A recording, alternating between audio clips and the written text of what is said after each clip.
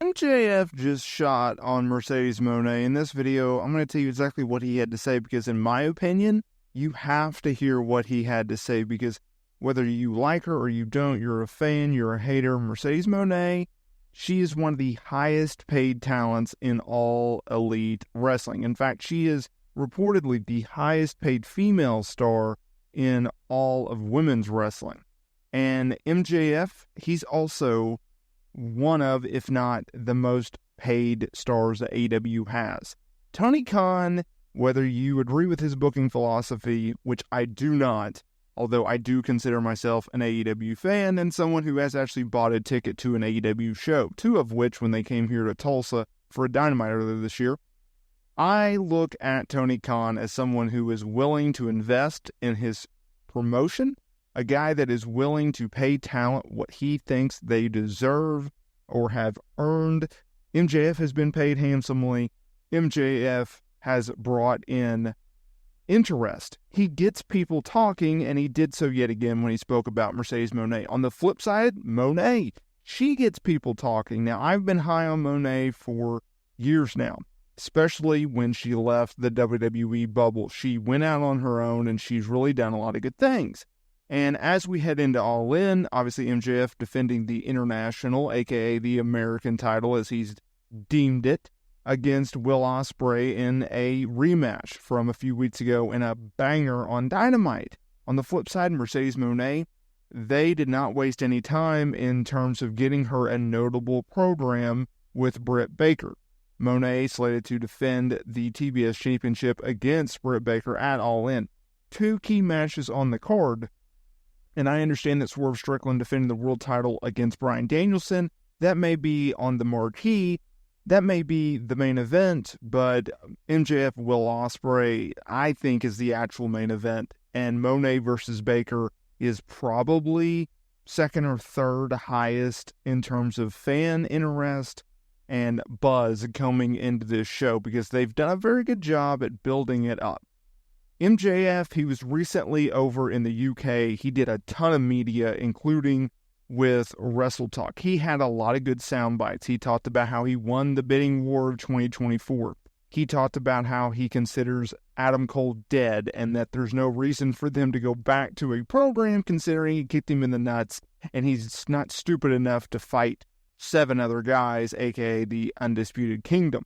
He talked about how he thinks him and CM Punk were going to be able to work another match if Punk never left the promotion, which obviously that would have been the case.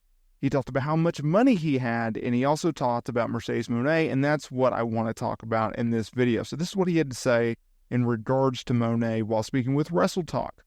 He said, I think she's a massive get. I feel like she was a big part of starting the women's revolution in WWE, and I feel that she has brought a level of star power for sure to our show, and I think she's a very interesting character, end quote. And he's 1,000% right. She is a massive get. Is she as big as what I and a lot of people thought was going to be the case? Is she a star in terms of getting people talking and getting interaction and a reaction from fans? Yes, she is. Is she someone that has moved the needle for AEW? The million-dollar question, the elephant in the room, if you will. Is she someone that has moved the needle for AEW? No. And Will Ospreay hasn't done that, and Okada hasn't done that, and Adam Copeland hasn't done that, and you can go down the list.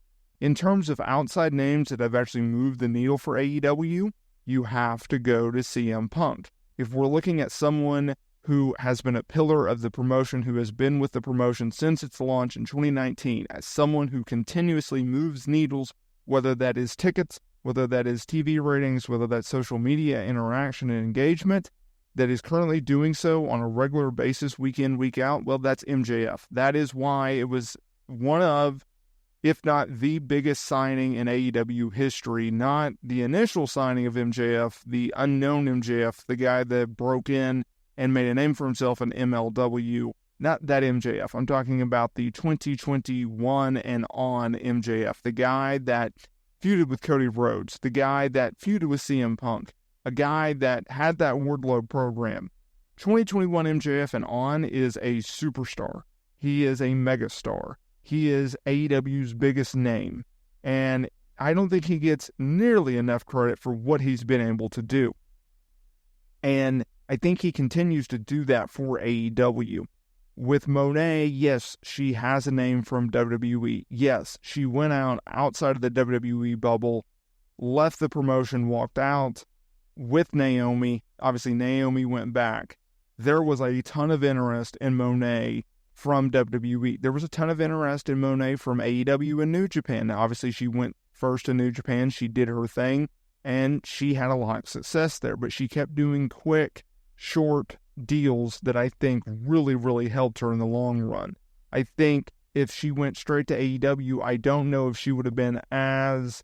I don't know if she would have brought in the international presence that she has if she never went there, right? Working in Stardom, working in New Japan, continuing to work in New Japan.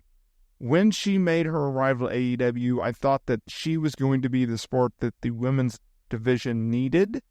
Little did I realize it was bringing back Britt Baker, and it was the continued rise of Toni Storm, and it was Mariah May, who has really, really helped things. I think Mariah May is one of AEW's biggest breakout stars after making a name for herself in Japan and overseas, obviously, working other territories. What Monet has done, though, is something that you have to at least respect, right? Because when she first came in, she was a little pigeonholed, and I've been very critical of Tony Khan and his booking of Monet when she first came in. He brought her in months after reportedly signing her. He brought her in just doing wacky promos that no one liked, including myself. I'm very high on Monet, right? And I did not like the fact that she was doing these weird promos that came off as WWE light that had no connection with the audience. I didn't like the fact that they didn't come out clear cut and say, okay, she is not ready to wrestle. That's why she's not wrestling, right? Like, not very transparent. I did not like the fact that we missed out on a notable feud and they instead went with Willow Nightingale. And I didn't like who she wrestled at Forbidden. Well, Forbidden Door was fine.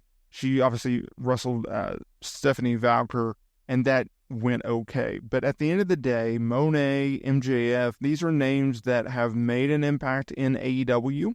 They are a set of names that will continue to make a name for AEW and continue to draw an interest and ratings and fans, and they are two names that AEW can continuously build off of, and the future is very bright for them and AEW.